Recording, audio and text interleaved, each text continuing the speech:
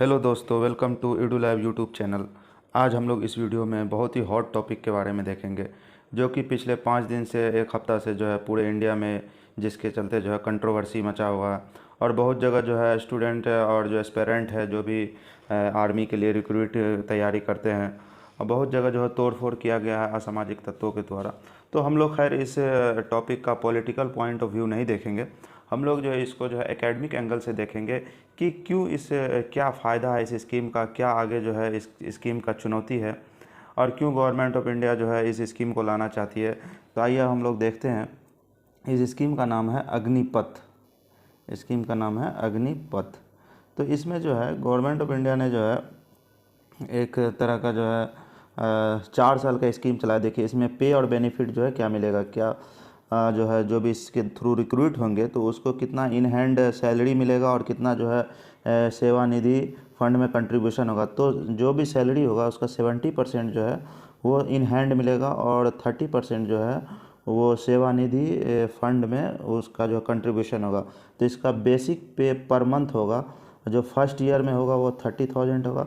फिर next year में जो ये बढ़ के 33,000 हो जाएगा। फिर थर्ड ईयर में ये बढ़ के 36,500 हो जाएगा, और लास्ट में जो है ये 40,000 हो जाएगा। तो इसमें जो है फर्स्ट ईयर में इन हैंड सैलरी जो है वो 21,000 हैंड में मिलेगा, और 9,000 जो है वो सेवा निधि फंड में जो है वो कंट्रीब्यूशन आएगा। इसी तरह जो है सेकेंड ईयर का इन हैंड सैलरी जो है वो 23,100 हो जाएगा। थर्ड ईयर का जो है 25,580 हो जाएगा, और फोर्थ ईयर का 28,000 हो जाएगा इन हैंड सैलरी। और लास्ट में जब जो है वो से रिटायर होंगे, इट मीन्स 4 साल के बाद ही उन जो है वो नौकरी से रिटायर होंगे। तो जब रिटायर होने के बाद जो है आफ्टर एग्जिस्टिंग 4 ईयर, तो उनको जो है सेवानिधि फंड में जो उनका कंट्रीब्यूशन होगा तो उसके थ्रू जो है वो 11.71 लाख रुपीज़ उसको मिलेगा। तो आइए हम लोग इस का परिचय देखते हैं, क्या है ये जो है अग्निपथ स्कीम क्या है। तो अग्निपथ स्कीम के बारे में हम लोग देखते हैं पहले। तो ये जो है ये देश भक्त और प्रेरित युवाओं को 4 साल की अवधि के लिए सशस्त्र बलों में सेवा करने की अनुमति देता है। उसके बाद जो है यह योजना के तहत सेना में शामिल होने वाले युवाओं को अग्निवीर कहा जाएगा, और युवा कुछ समय के लिए सेना में भर्ती हो सकेंगे। इस योजना के तहत लगभग 45,000 से 50,000 सैनिकों को सालाना भर्ती की जाएगी, और अधिकांश केवल 4 वर्षों का सेवा छोड़ देंगे। जो अधिकांश जो है वो 4 वर्षों के बाद जो है वो सेवा को छोड़ देंगे।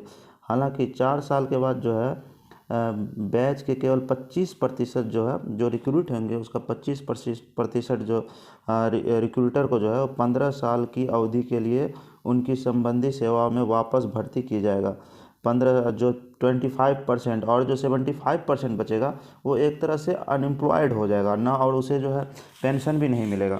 तो यही एक मसला है। और आइए इसका जो है नेक्स्ट हम लोग आगे देखते हैं। इसका जो है रिक्रूटमेंट का जो है मापदंड क्या है। तो रिक्रूटमेंट का मापदंड है, यह केवल अधिकारी रैंक के नीचे के कर्मी के लिए है जो कमीशन अधिकारी के रूप में सेना में शामिल नहीं होते हैं। कमीशन अधिकारी सेना के उच्चतम रैंक के अधिकारी है। कमीशन अधिकारी भारतीय सशस्त्र बलों में एक विशेष रैंक रखते हैं। वे अक्सर राष्ट्रपति के संप्रभुत्व शक्ति के तहत कमीशन किए जाते हैं। उन्हें अधिकारी तौर पर देश का रक्षा करने का निर्देश होता है। उसके बाद जो है ये 17.5 वर्ष से 21 वर्ष की युवाओं के बीच के उम्मीदवार आवेदन करने के लिए पात्र होंगे। इसका जो एज लिमिट होगा वो मिनिमम 17.5 साल होगा, और मैक्सिमम जो है 21 साल है। 21 साल है। इस स्कीम को लॉन्च करने का जो है उद्देश्य क्या है, तो ये उद्देश्य को देखते हैं। इसका उद्देश्य देशभक्त और प्रेरित युवाओं को जोश और जज्बे के साथ सशस्त्र बलों में शामिल होने का अवसर प्रदान करना है। दूसरा जो है इससे भारतीय सशस्त्र बलों की औसत आयु प्रोफाइल में लगभग 4 से 5 साल की कमी आने की उम्मीद है। नेक्स्ट उद्देश्य है, इस योजना के तहत परिकल्पना की गई है कि सशस्त्र बलों में वर्तमान और औसत आयु 32 वर्ष है, जो 6 से 7 वर्ष घटकर 26 आयु हो जाएगी। इस सेवा के थ्रू जो है लाभ क्या मिलेगा, ये इस सेवा का लाभ देखते हैं अब हम लोग। अग्निवीरों के लिए क्या क्या लाभ दिया गया। तो सेवाओं के 4 वर्ष पूरा होने पर अग्निवीर को 11.71 लाख रुपये का एक मुश्त जो है सेवानिधि पैकेज का भुगतान किया जाएगा, जिसमें उनका अर्जित ब्याज शामिल होगा। जो वो 4 साल में जो है वो कंट्रीब्यूट कर रहे हैं 30% जो अपना सैलरी का, तो उसके जो है उसमें ब्याज को भी जोड़ के जो है लास्ट में जो है एक 11.7 लाख 1 लाख रुपये जो है वो एक मुश्त पैसे मिलेंगे। उन्हें 4 साल के लिए 48 लाख रुपए का जीवन बीमा कवर मिलेगा। 4 साल के लिए जो है 48 लाख रुपए का जो है जीवन बीमा कवर भी मिलेगा। नेक्स्ट जो इसका लाभ मिलेगा, मृत्यु के मामले में भुगतान न किए गए कार्यकाल के लिए वेतन सहित 1 करोड़ रुपये की अधिक राशि होगी। मृत्यु के बाद जो है वो जो सैलरी है और उसके बाद जो है एक्स्ट्रा से जो है 1 करोड़ रुपये की अधिक राशि दी जाएगी। तो ये जो है इस अग्निवीर के लिए जो ये सब लाभ है। और नेक्स्ट इसका लाभ है कि सरकार 4 साल बाद सेवा छोड़ने वाले सैनिकों को पुनर्वास में मदद करेगी। उन्हें स्किल सर्टिफिकेट और ब्रिज कोर्स प्रदान किए जाएंगे। अभी और इसकी वजह से जो इतना सारा प्रदर्शन हो रहा है, तो आइए देखते हैं इस स्कीम से क्या क्या चिंताएं आगे जो है वो प्रकट हो रही है। तो पहला चिंताएं हैं, दूसरी नौकरी ढूंढनी मुश्किल है, क्योंकि ये जो है आपको 4 साल के बाद जो है आप अनएम्प्लॉयड हो जाइएगा, तो उसके बाद जो है वो आप उस स्किल में जो है आप फिर से आपको नया स्किल डेवलप करने पड़ेगा। तो इसके लिए जो आपको जो नया नौकरी ढूंढने में बहुत ही मुश्किल हो जाएगा। आइए देखते हैं इसमें क्या क्या मुश्किलें आते हैं। अग्निपथ योजना से पहले साल थल सेना, नौसेना और वायुसेना में लगभग 45,000 की भर्ती 4 साल पर अल्पकालीन अनुबंध पर की जाएगी। अनुबंध पूरा होने के बाद 25% के अलावा बाकी सैन्य सेवा से मुक्त कर दिए जाएंगे। मतलब जो 75% बचेंगे वो एक तरह से बेरोजगार हो जाएंगे। नेक्स्ट इसका चिंता यह है कि 4 साल के सेवा काल के मतलब होगा कि उसके बाद अन्य नौकरी उनके पहुंच के बाहर होंगी और 4 साल की अवधि पूरा करने वाले सैनिक पुनः सेवा के लिए पात्र नहीं होंगे। मतलब जो नेक्स्ट टाइम जो है रिक्रूट होंगे तो उसके लिए वो पात्र नहीं होंगे। नेक्स्ट इसका जो है चिंताएं हैं, कोई पेंशन लाभ नहीं मिलेगी। अग्निवीर को जो है कोई पेंशन का लाभ नहीं मिलेगा।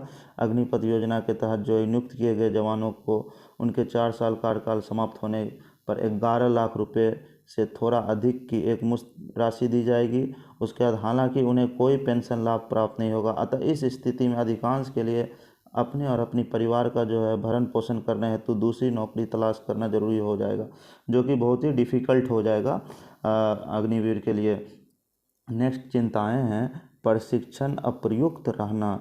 सेना अनुभवी सैनिकों को खो देगी। 4 साल के बाद जो है वो एक ट्रेनिंग मिलने के बाद जो है वो एक तरह से अनएम्प्लॉयड हो जाएगा।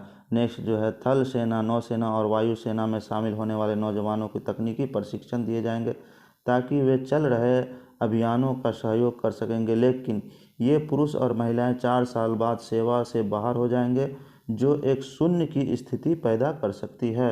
ये भी एक तरह की चिंताएं हैं। नेक्स्ट जो है, देश के लिए ये कदम क्यों महत्वपूर्ण है। अग्निपथ स्कीम जो है ये क्यों महत्वपूर्ण है, आइए अब इसके बारे में देखते हैं कि क्या इसका जो है आगे का भविष्य है। तो इसका जो है भविष्य के लिए ये तैयार सैनिक, ये जो है इस स्कीम के तहत जो है हम लोग भविष्य के लिए सैनिक को तैयार किया जा रहा है। दूसरा जो रोजगार के अधिक अवसर, इससे रोजगार के अवसर बढ़ेंगे और 4 साल की सेवा के दौरान प्राप्त कौशल और अनुभव के कारण ऐसे सैनिकों को विभिन्न क्षेत्रों में रोजगार जो है वो मिल सकती है। नेक्स्ट जो है उच्च कुशल कार्यबल, जो इनका जो उच्च कुशल कार्यबल होगा, इससे अर्थव्यवस्था के लिए एक उच्च कुशल कार्यबल की उपलब्धता भी होगी और उत्पादक लाभ और समग्र सकल घरेलू उत्पाद में वृद्धि होगी। तो ये जो है हम लोग का एकेडमिक पॉइंट ऑफ व्यू है अग्निपथ स्कीम को लेके।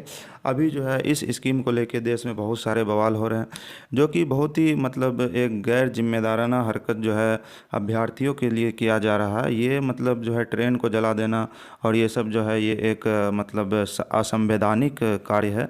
तो इससे जो है बचना चाहिए और जो भी मतलब लीगल प्लेटफॉर्म है आप वहाँ जाके अपनी आवाज़ उठाएं ताकि सरकार भी अच्छे से इसको सुन सके।